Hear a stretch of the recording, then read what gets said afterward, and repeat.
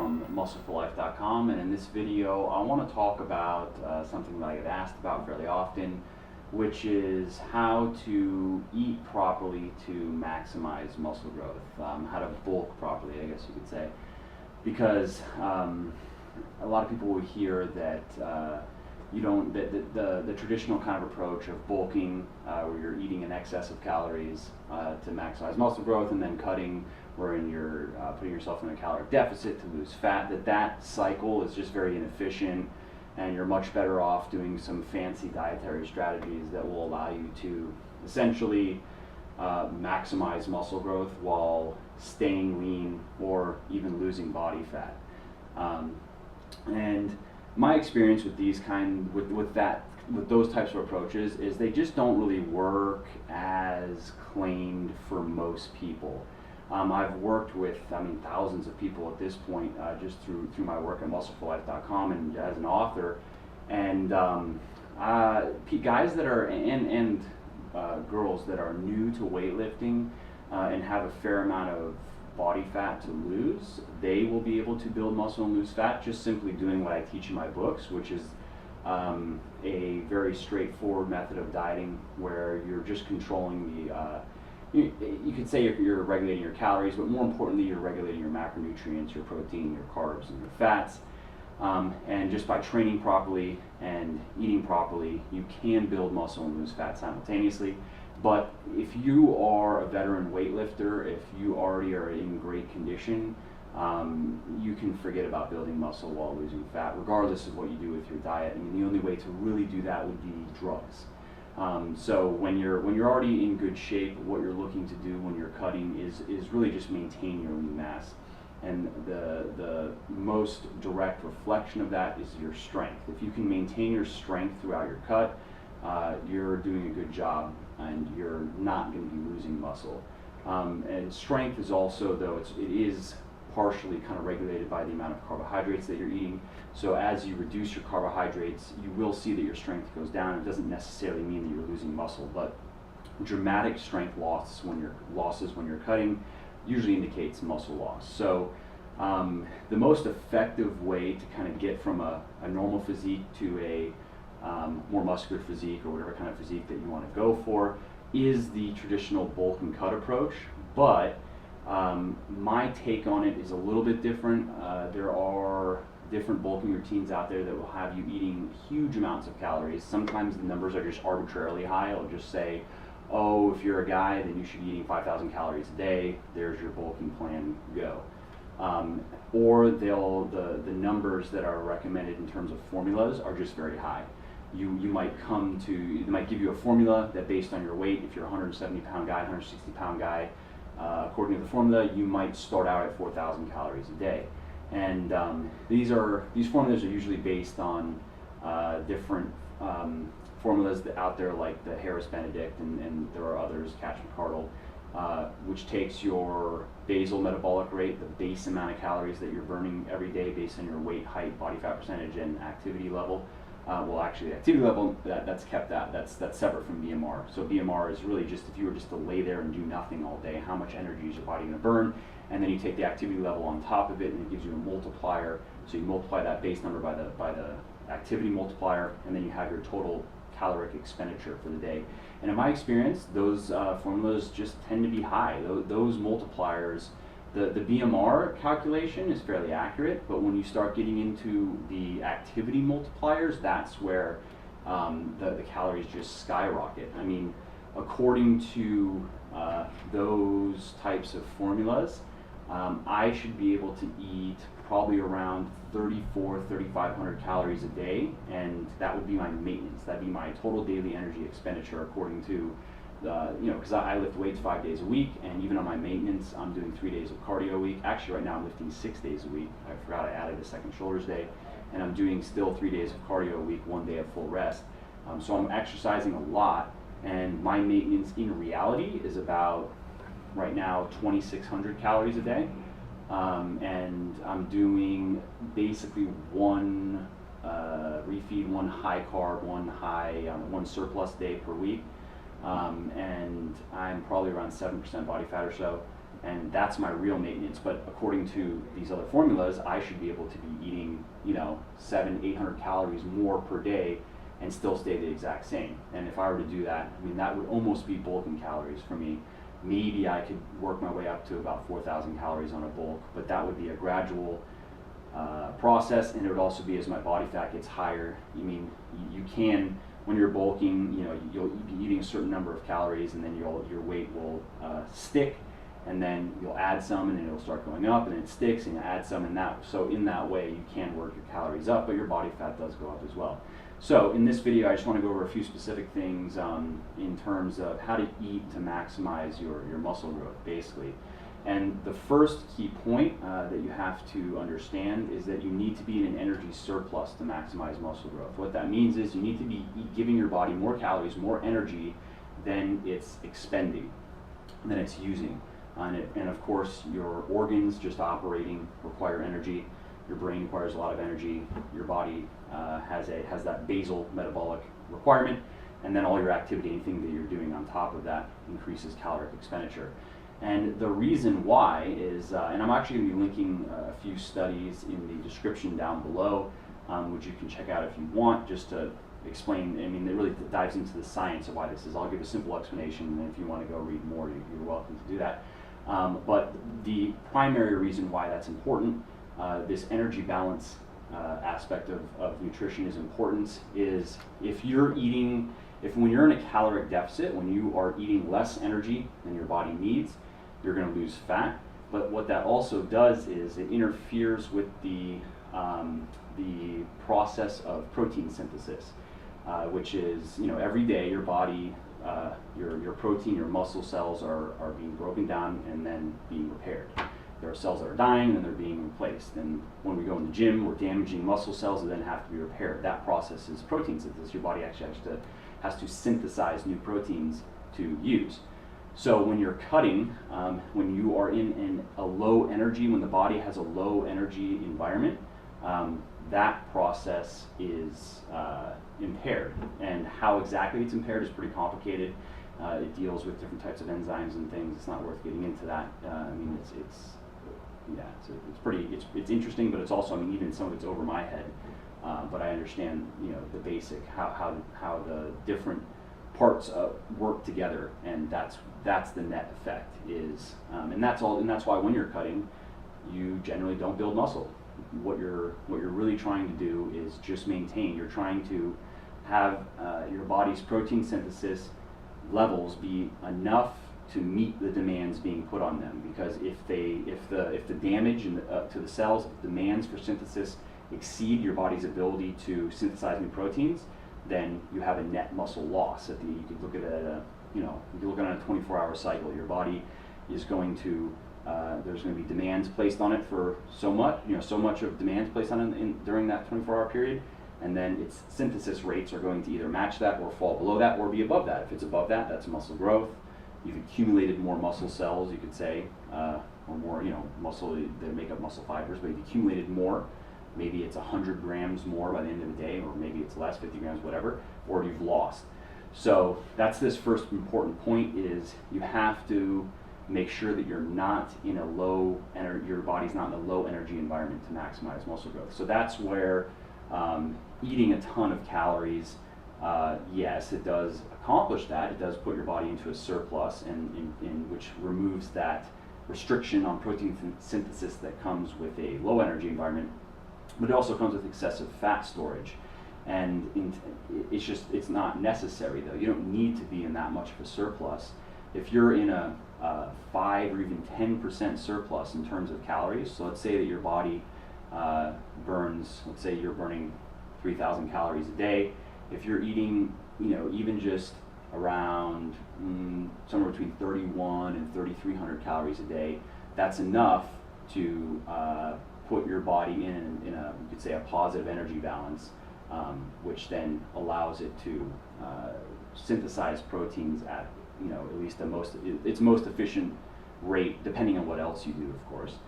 So that's the first thing that you have to do, is you have to eat enough. And in terms of how much is enough, Of course, there are different formulas out there that people are familiar with. In one of my books, well, in two of them actually, in Bigger, Leaner, Stronger and Thinner, Leaner, Stronger, I give a very simple formula, which is a good starting place, which is when you're bulking is a gram of protein per pound of body weight, not per pound of lean mass, but per pound of body weight, 2 grams of carbs per pound of body weight, and 0.3 grams of fat per pound of body weight. And that is it's basically a shortcutted version of one of the formulas that's more accurate. And it's just assuming a low activity multiplier, even though it's suitable for people that are working out 3 to 5 times per week. So yeah, you can start there, and all you do is you train, you eat right every day, and at the end of every 7 or 10 days or so, you can weigh yourself as much as you want, but you take stock at the end of 7 or 10 days, and you see, did you gain weight? Did you not gain weight? If your weight stayed the same, then you have to eat more. You have to up your calories by about 200 per day. Try that for the next week, and you slowly increase. And you might find that you need to eat 4,000 calories a day. I do find that sometimes. Sometimes guys that are 160, 170 pounds cannot gain any weight until they break 4,000 calories a day. And they just crazy fast metabolism. I don't even know what to say. It's not common, but it's out there. But the best way to learn your body's sweet spot, so to speak, is to approach it gradually, as opposed to grossly overshooting it and then putting on more fat than is necessary, which is unhealthy. Also, when you're slamming down tons of food, tons of carbs, especially, you're going to become more insulin resistant, especially if you're eating a lot of high GI stuff, and that's not healthy. It impairs muscle growth itself, because insulin is an anabolic hormone that also drives amino acids into muscles. So it's much smarter to start on the lower end and work your way up until you've hit enough of an energy surplus for your body to effectively build muscle, which is reflected in weight gain on the scale. So the next point is that you have to eat enough protein, and this most people know this. A lot of guys probably overeat. They probably eat more protein than necessary, but it's worth just saying that you probably should never really go below 0.8 grams per pound of body weight if you're weightlifting regularly and you want to maximize muscle growth. Being around 1 gram per pound is probably best. Going above that is fine. Protein is if you're going to increase calories, protein is an okay way to do it, because it doesn't get converted to body fat very easily at all. But you're not going to gain much from, if you go from eating 1 gram of protein per pound to 2 grams of protein per pound, you're not going to see any difference in terms of your gains, because your body can only use so much. It can only synthesize so many proteins every day, so many protein molecules, and that's what it uses. You eat protein, it breaks down to amino acids. It uses those amino acids to synthesize new proteins and put it in muscles and put it in tissues and elsewhere. And your body can only do so much of that in a day. And that's also why guys that are on drugs, they can eat tons and tons of protein, because one of the effects of, let's say, testosterone is testosterone levels raise, protein synthesis rates also raise.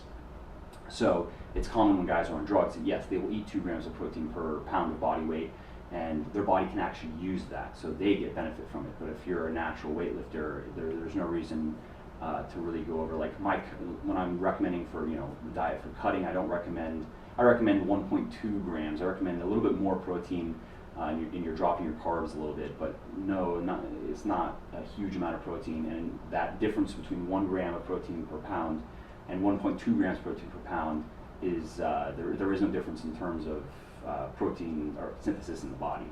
So yes, that's the next point, is eating enough protein, very important. Carbohydrates are very important when you're wanting to gain muscle, not because they directly influence muscle synthesis or protein synthesis, which they don't, but they do fulfill 2 important roles. One is simply energy levels for lifting, and it's just a simple fact that the more carbohydrates you eat every day, the more energy you're going to have in the gym, the stronger you're going to be, and the harder you're going to be able to work out. Now, of course, this is a matter of diminishing returns. If you're eating 400 grams of carbs a day, that's a lot of carbs. You're going to feel, you're going to have a lot of energy in the gym. You're also going to have a lot of energy in your cardio. Anything, you just have a lot of energy, period. But if you were to bump that up to 600 grams of carbs a day, one, I mean, I think you'd feel terrible actually. But two, it's not like you would have double the strength and double the energy necessarily. But you would definitely notice a huge difference going from a low carb diet, like if you're eating less than 0.5 grams of carbs per pound, to even just a moderate kind of carb diet, like 1 gram of carb per pound. If you did a half a gram of carb per pound for 3 or 4 days or so, you would start seeing it in your training. You'd be weaker, your cardio would feel harder, and then if you upped your carbs, you would notice that within a few days as well. So when you are wanting to maximize muscle growth, eating carbs is important simply because it allows you to push yourself harder in the gym. And the harder you can push yourself in the gym, the more weight you can push, the more you can overload your muscles, the more muscle you're going to grow, so long as you're doing, eating enough protein, eating enough total calories, getting enough rest, training properly, and so forth. So that's one point with carbs, and then another point with carbs and why carbohydrates are normally recommended in the post-workout meal. And there are things like carb backloading, which they espouse, like eating basically all your day's carbs in your post-workout meal, is because after exercising, your body has depleted, especially after intense exercise lasting anywhere from like 45 minutes to an hour, your body has depleted a lot of what is known as glycogen, which is basically, it's a form of carbohydrate that's stored in the liver, it's stored in the muscles, and it's burned when the demands on the body. You can also say, like in terms of weightlifting, when you're lifting weights, your body is not able to power those muscle cells on just oxygen alone. It's an anaerobic activity. So in that environment, the muscles burn this substance, glycogen. So they store it, glycogen stored in the muscle, and then it's used when you're exercising. And this also applies to cardio. The more intense cardio depletes glycogen stores more than less intense cardio does. And when you're in that glycogen depleted state, your body is it's going to use the carbohydrates that you give it to replenish those glycogen stores before it does anything else with them, before it stores fat, for instance. And studies have shown, which I'll link one just as an example, that in that post-workout state, that the rate at which your body is going to resynthesize glycogen is just elevated. So that's why it's a good time to eat carbs, because your body's going to make good use of them. If your glycogen levels were full, for instance, let's say you had a big carb meal and your body is topped out, and then you have another big carb meal later, if the glycogen levels are full, then the body moves to the next priority, you could say metabolically, and you're going to actually end up storing more of those carbohydrates that you eat as fat, simply because there are only so many things that your body can do with the different nutrients that you give it. So that's why carbohydrates are important to have after your training, simply because you kind of create a carb sink in a sense, and then that glycogen replenishment is good for future training bouts, because when you're full of glycogen, you're strong and you're going to feel it in the gym. So that's carbs. And like I said, I mean, for a good starting place to bulk, it's about 2 grams of carb per pound of body weight. And that gets modified sometimes, because some people just don't do well with carbs. Even if they're eating healthy carbs, they're eating low GI stuff, they're not just pounding sugar all day, they'll get very tired, they'll get kind of a bloated type feeling. And that just is related to how their body processes carbs. Some people's insulin response and insulin sensitivity aren't as good as others. So some people's bodies overproduce insulin in response to carbohydrates. Some people's bodies, their cells are more resistant to the insulin than other people's. And so, we take those things into account, or I take those things into account when people, I'll get written sometimes where, a person is just having trouble when they get over 250 grams carbs a day, they just don't feel good. So all we do is bring them down to that carb level where they do feel good, and then we increase their fats accordingly to make sure they hit the amount of calories they need to give their body that positive energy balance. And that brings me to the last point, which is dietary fat. Dietary fat is important. That's probably its most important. The two most important things it relates to is that it's used to basically repair cells. It plays a role in that process, like cell membranes, and it also relates to hormone production. There are studies, I'll link one below, that show that a high-fat diet, about 40% of fat of daily calories from fat, is it increased the testosterone levels and some of the sex hormone levels of guys versus a lower fat diet, which is about an 18% calories from fat diet. And that type of study has caused a lot of people to just jump wholly on board with a high fat approach. And when you have to eat a lot of protein, what that means is like you'd be like 40% of your calories, your daily calories from protein, you'd be like 40% of your daily calories from fat, and that only leaves 20% for carbs.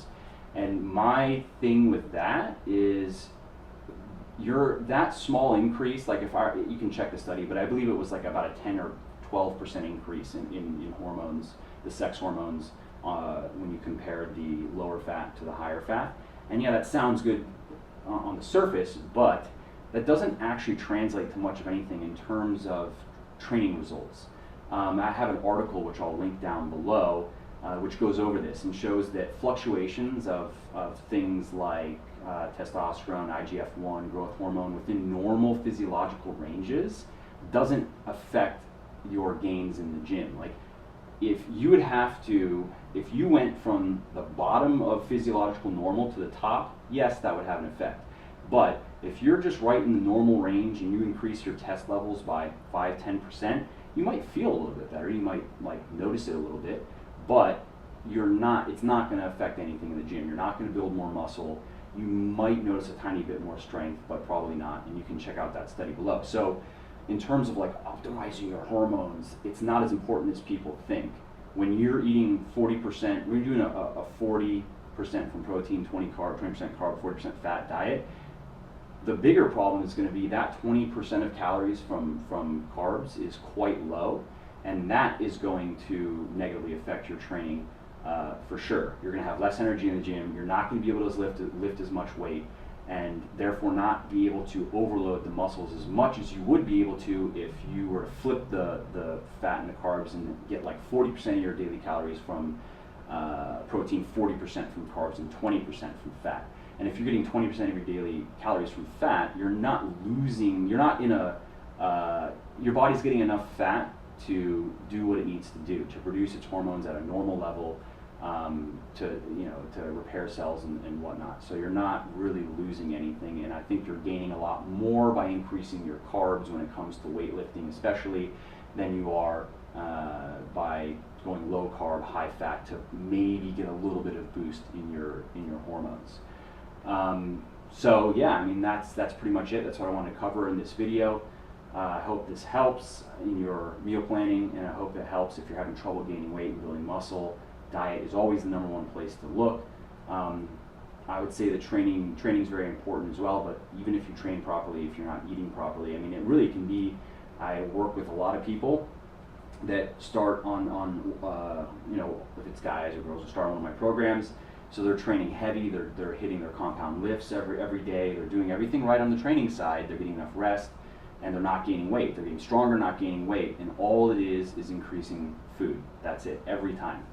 This is, obviously more a problem for guys, but I talk to girls also that start out on the very skinny side, and they want to put on muscle, and they have trouble. I can think of one girl that we have her, she started around 105 pounds or something, and she's having to eat about 2,000 calories a day just to gain weight steadily, and she's not putting on fat.